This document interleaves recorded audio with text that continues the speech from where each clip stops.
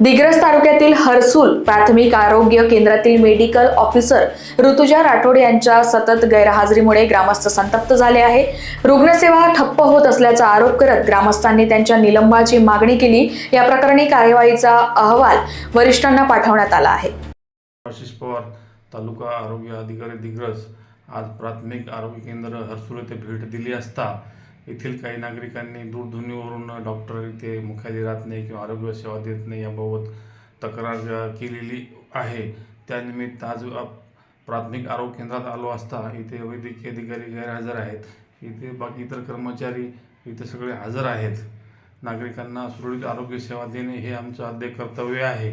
Doctor Rutuja Rathod ह्या कोणत्याही प्रकारच्या वरिष्ठांची परवानगी घेऊन त्या घेतलेली नाही आहे।